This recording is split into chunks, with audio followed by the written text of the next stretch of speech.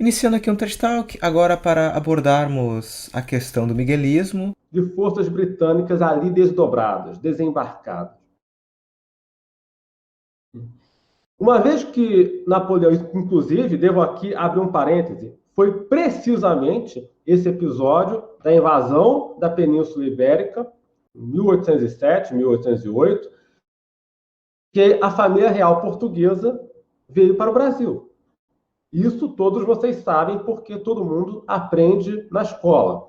D. João VI reuniu toda a corte, embarcou numa esquadra e trouxe a sede do Império para o Rio de Janeiro, deixando Portugal aos cuidados de um conselho de notáveis. Então ele estava aqui durante as guerras napoleônicas, dirigindo o esforço de guerra a partir daqui do Brasil.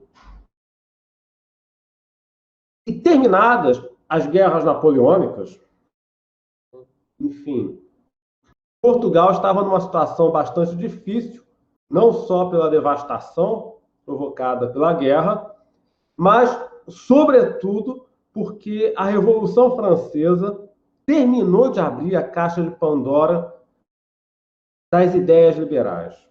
Notem que eu disse terminou de abrir, porque ela já estava começando a ser aberta no século anterior, quando a maçonaria se infiltrou em Portugal. 1727, 1735. Parece-me importante frisar que a maçonaria se infiltrou em Portugal vindo da Inglaterra. A partir da Inglaterra. Tanto é que a primeira loja maçônica em solo português tinha o nome, o apelido de Loja dos Hereges Mercantes, uma vez que foi fundada, organizada por comerciantes britânicos instalados em Portugal, à sombra das relações comerciais muito próximas que o país tinha com a Inglaterra na época, e em decorrência do Tratado de Methuen, que eu não vou citar agora.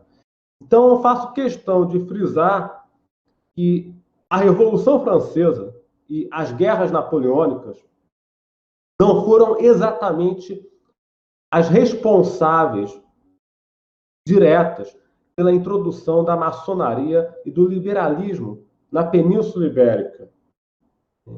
Elas terminaram de abrir a caixa de Pandora. Se nós quisermos rastrear o DNA da infiltração maçônica que se processou na Península, nós teremos que voltar ao século XVIII, quando elementos procedentes da Inglaterra se instalaram em Portugal e também na Espanha. A primeira loja na Espanha, se não me engano, se instalou em 1738, aí, e também pela mão de um oficial britânico, cujo túmulo Francisco Franco mandou levar para outro lugar, inclusive, muito mais tarde. Em Portugal, a mesma coisa.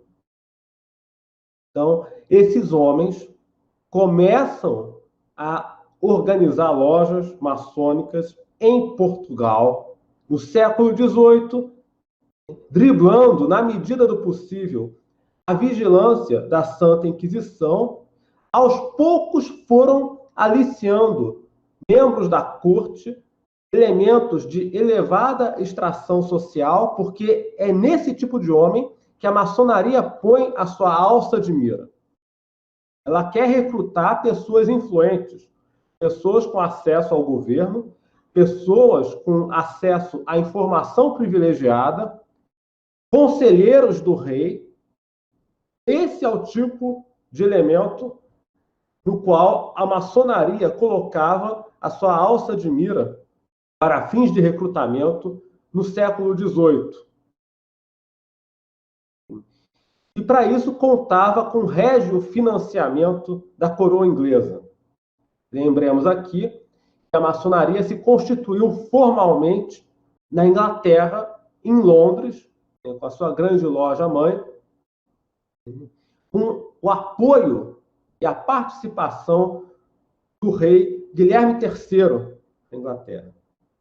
A maçonaria jamais teria condições de se espalhar como se espalhou pela Europa no século XVIII, se para tanto não contasse com o respaldo da coroa inglesa, que lhe deu financiamento, e também com o aporte financeiro da Banca Internacional, dos banqueiros de certa religião que se estabeleceram na Inglaterra no século anterior, durante o Resettlement, de 1654.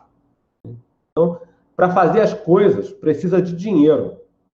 E a maçonaria contou com essas verbas, tanto de origem pública, estatal, como privada, para jogar seus tentáculos em direção ao continente no século XVIII. Estabeleceu em Portugal, como eu já falei, 1727, e consegue uma importante vitória com a ascensão do Marquês de Pombal à condição de condestável, de primeiro-ministro, na segunda metade, enfim, do século XVIII. Pombal, e não há muita dúvida quanto à condição de maçom do Marquês de Pombal. A única discussão é se ele foi iniciado na Inglaterra ou se foi iniciado na Áustria. Uma das medidas que ele adotou foi suspender a perseguição estatal, manietar a ação da Inquisição contra a maçonaria. Então, estou fazendo essa digressão, é bom, porque é bom fazer essa digressão, essa volta no tempo, para que vocês não pensem que o problema de Portugal começou com a Revolução Francesa, começou com as guerras napoleônicas. Aquilo foi a gota d'água. Se nós quisermos rastrear as origens do processo, nós precisamos voltar ao século XVIII, quando a maçonaria se infiltrou no reino e conseguiu aparelhar certas instituições durante a gestão do Marquês de Pombal, que, inclusive, tomou a decisão de expulsar os jesuítas do Império. A Companhia de Jesus, até então, vinha fazendo um bom trabalho, um ótimo trabalho no Brasil, foi expulsa daqui. Isso teve consequências dramáticas para o nosso país, não só em termos de catequese, mas também em termos sociais, uma vez que era a Companhia de Jesus que administrava, mantinha a maior parte dos serviços de saúde e educação em nosso país. Mas isso fica para uma outra ocasião. Não é meu intuito agora tratar do duelo que o Marquês de Pombal travou com a Igreja, e mais especificamente com a Companhia de Jesus, durante a sua gestão no século XVIII. O que eu desejo frisar, com essa nota de rodapé, é que o problema começou bem antes e veio da Inglaterra. As guerras napoleônicas, a Revolução Francesa, foram a gota d'água, uma vez que instauraram o caos necessário para que a maçonaria e os ideais liberais agissem às claras. Então, aquilo que antes operava pelos bastidores, pelas frestas, passou a agir mais à luz do dia, com o advento do caos revolucionário que varreu o continente, com as guerras napoleônicas. Não sei se até o momento eu estou me fazendo entender com clareza. Notem que até agora eu sequer toquei na figura de Dom